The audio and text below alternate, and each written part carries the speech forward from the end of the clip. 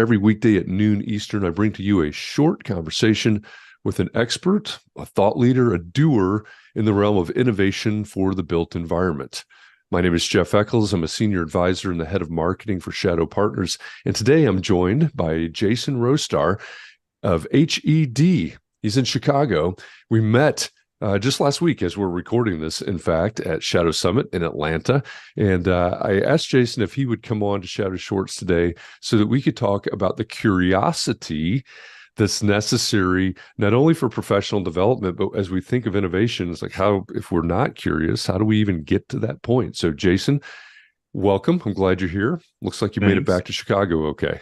Yep. It's a little chilly, but thanks for having me on. I appreciate it. It was a good time in Atlanta last week, and looking forward to chatting today. Absolutely. A little warmer time in Atlanta than you have in Chicago right now, but Yes. here we are.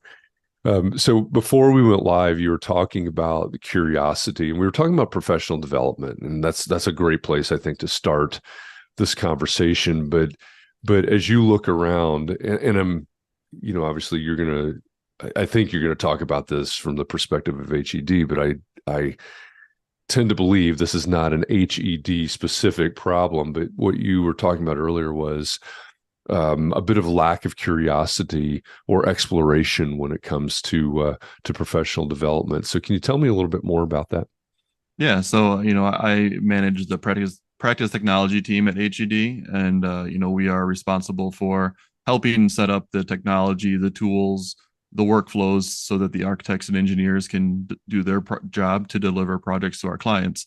And one of the things that we're really struggling with is how do we get the architects and engineers engaged in learning how to use their tools. Our platform that we deliver all our projects with is the Autodesk Revit platform, and really how do we get our staff proficient? How do we get them to be engaged with training, so that they can use their tools effectively? And we really think about it, the Revit platform, BIM 360, all of those connecting pieces as the tools of the trade of today, right? In the past, you had the tools like pencil, vellum, pen, ink, etc., right? And that's migrated over the years through AutoCAD now into BIM, and the tools all connected to that. And we've really seen this drop of um, staff continuing to hone their craft with the tools. A lot of our project teams are capable and able to use the tools, but they kind of stop developing once they get to that um, base level of knowledge. And it's really a struggle to see, when we introduce new tools, when we introduce new workflows, how do we get them curious and interested to not just embrace the change and the continuous improvement, but how do we also get them to think about how can I be more efficient in how I do my work, and not just do the same thing that I've done 4, 5, 6 projects in a row, over and over and over again. But how can we improve it? How can we look for opportunities to be more efficient, more effective, deliver better results for our clients? And that's been a real struggle to get them engaged in that way. That's interesting, and I know that's an issue out there. And one thing I've wondered about is, when I think about the AEC space, which is my background, this is, I'm not coming into a space and throwing anybody under the bus. But I think, for as progressive as architecture and engineering firms are in terms of design, maybe use of materials, et cetera, I don't think we're that progressive when it comes to using and developing tools. And I have often thought that part of the reason is probably because it's such a deadline driven Mm-hmm. um, field or profession. So, hey, okay, you've got this new workflow, great. How's this going to help me get to that deadline faster? How is it going to, or get the work done ahead of that deadline? I guess is that. Do you think that's part of the lack of curiosity, or is there something else to it? Yeah, I definitely think that's a huge driving factor from a firm's ability to be profitable and keep delivering high quality projects, right? We just actually recently did some full day offsite training in our Hmm. offices across the entire country. And some of the feedback that we got ahead of time, we were asking staff to go offsite for a full 6 hours, take breakfast, take lunch, set aside any meetings that you had, etc. And before we started doing that, there was a lot of pushback, can we just do this over a lunch hour? Can we do this virtually? Do we need to be in person? And the response that we got afterwards has been incredibly positive, right? The Mhm. getting people to disconnect for a little bit, to do a full dedicated 6 hours focused training conversation really was an engaging experience for a lot of people. And so we did, pre training surveys, post training surveys, and it was very positively received. And I've been with HED for 8 years. That's one of the first times that we've ever done something that comprehensive for everybody, right? Like we might do targeted training for an individual here or there, but this was, all of the architects, all of the engineers required to be their type of training. And it really, in the short time that since we've done some of the offices, it's made a pretty significant impact in how people get engaged, how they reach out, making them aware of what resources are available to help them grow and stuff. So that's been a really positive experience. And I think that, that reluctance is directly driven by, project deadlines, like you said, and the Mhm. milestones. And, quite often what we're seeing is that staff are, hitting a milestone for, let's say, CDs on a project. And then the next week they're being assigned to another project Right. immediately and jumping right into the middle of it without any time in between to disconnect, to debrief, to do a lessons learned, to investigate what could have been better. And those are all some of the topics that we're exploring right now as a company, to see, look, how can we slow down to go faster? How can we, Mhm. plan our projects better so that we can be more successful in the long term as opposed to taking shortcuts for the short term success. Yeah, I remember those days. I remember specifically having a sort of a celebration dinner after the completion of Mm-hmm. one project, and oh, by the way, tomorrow we're starting, whatever the next one was. Yeah, Yep. yeah, pretty common, I guess, in the field. So I know not everybody, right? Innovation is not for everybody. Not everybody is an Mm-hmm. innovator. Do you, as you look out across the staff and you have these offsites or this offsite, things like that, do you have a way to identify the people that are curious, Yeah. um, to identify the potential for growth and innovation? Yeah, so internally within HED, we actually have a couple different processes to try to help with that. We do what we call office hours, where members of the practice technology team will be on a Zoom call twice a week, and we just invite anybody to show up and ask questions and get answers to things that maybe they're running into. We also have a research and development grant internally that our staff can apply for. So, if they see an opportunity to try a new tool or to develop a new process, or want to get engaged with our team to develop something new, there's an avenue so that they can offset maybe some of the hours so it's not having a negative Mhm. impact on their project, right? So, and we've had some really great successes with that effort, right? Where we've had some users reach out to us that say, hey, this is a problem I'm really struggling with, here's a tool that I think might help, can we explore it?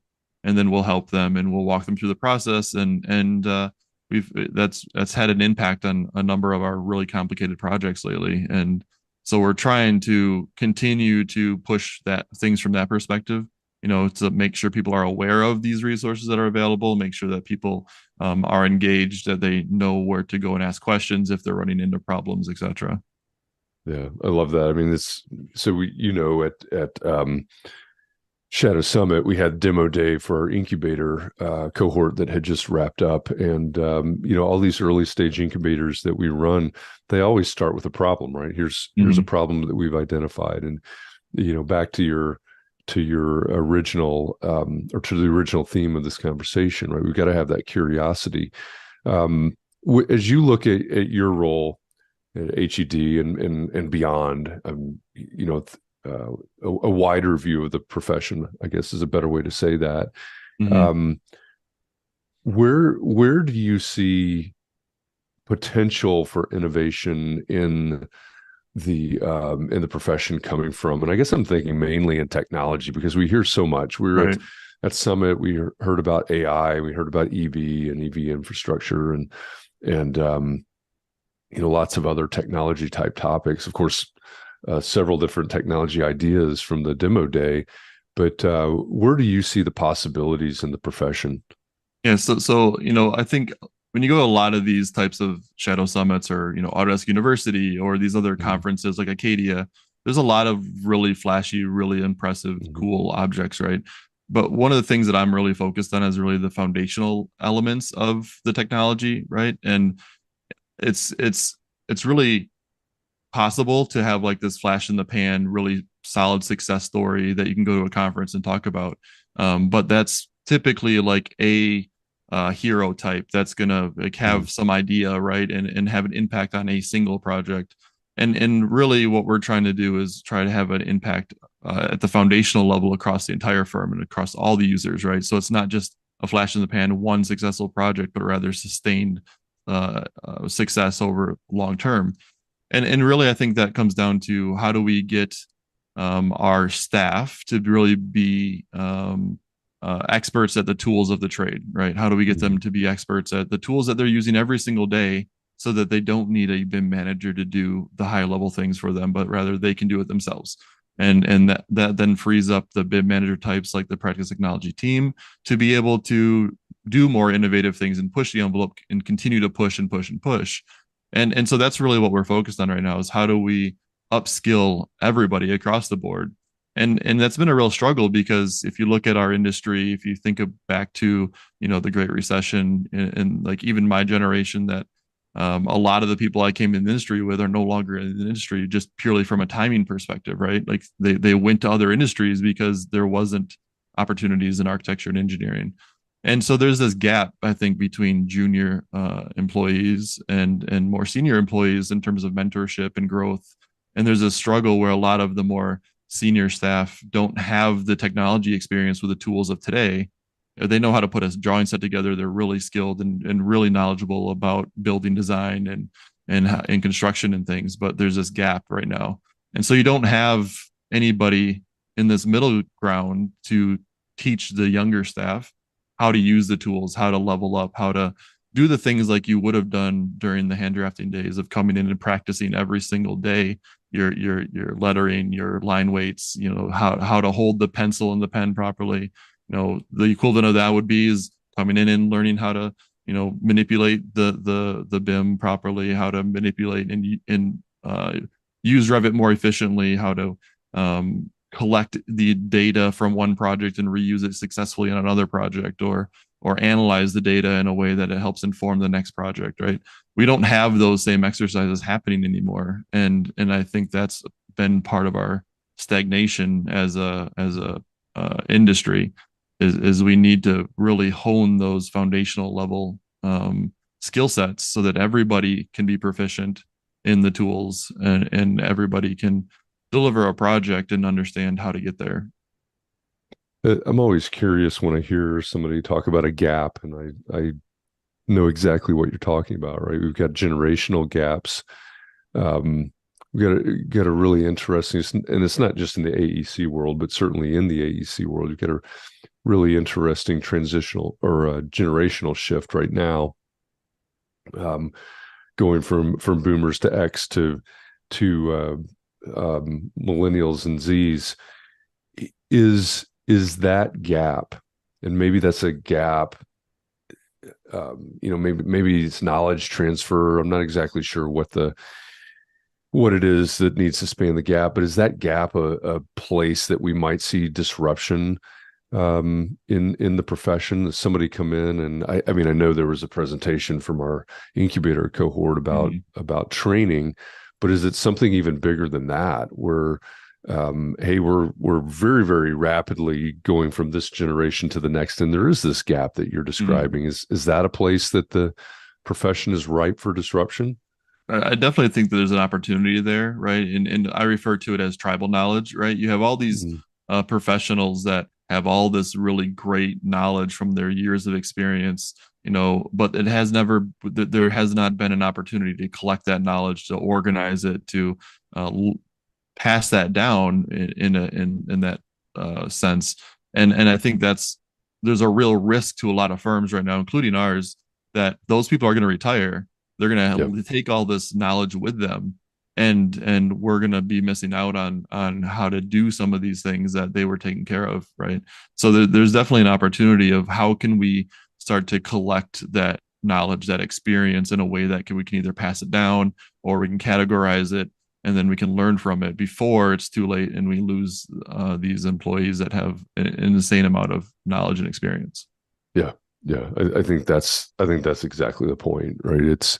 I think one of the big differences between, well, I don't know if that's the fair way to say it, but you do have that institutional knowledge of someone that's been in the profession for 20, 30 or more years. And I think you're exactly right. As you identify that gap, it's what's driving the gap. Certainly it's age, but I think it is that technological difference, my familiarity versus their familiarity with the different technologies. And I think that becomes almost something that causes a lost in translation situation. That's interesting. So I think if I were to sum it up, I guess we got to start getting curious and figure out how we're going to handle that knowledge transfer so that we don't lose it. But then we also have to depend all the way through the profession on people, being accountable for themselves and being curious, in exploring. Maybe what we're talking about on some level is digital transformation, but there's no way we get to into innovation if we don't. If we're not curious as well. Yeah. It definitely is a both ways situation, right? Where it's like we need to figure out how do we capture that long term experience, knowledge, and everything else. But then how can we also at the same time upskill our staff so they continue to we continue to improve how we deliver projects. We continue to look for opportunities to do better to satisfy our clients. Of course, clients always are looking for faster, cheaper, and better, right? And we have to be able to respond to that in a way that means that we need to constantly think about ourselves and our skills and as an individual, not just as our firm. How can we as an individual get better, faster, more efficient with the tools that we use every single day? Yeah. That needs to be our next conversation. That there's going to be that tension, right? Better, faster, and fees, and how technology is affecting that. So maybe I'll have Jason back, and we can talk about that, because I think that's also a place that's it's not only ripe for innovation, but I think innovation is going to have a huge impact on that client, architect engineer relationship as well. Yeah, for sure. I'd love to have a conversation about that in the future. All right. We'll do it again. We'll schedule another one of these. We'll bring you another Shadow Short. This has been Jason Rostar. He is the Associate Principal and Corporate Design Technology Leader at HED. Again, Jason and I met last week in Atlanta at Shadow Summit, and this has been a fun conversation. Jason, I thank you for coming to talk about curiosity, innovation, and this gap, this knowledge transfer that we've got to figure out. Yeah, great. Thanks for having me. It's been a great conversation. Yeah, absolutely. And for all of you that are out there watching or listening, whichever version of Shadow Shorts you're consuming, I appreciate you. I'll be back again tomorrow with another Shadow Short. Thanks, everybody.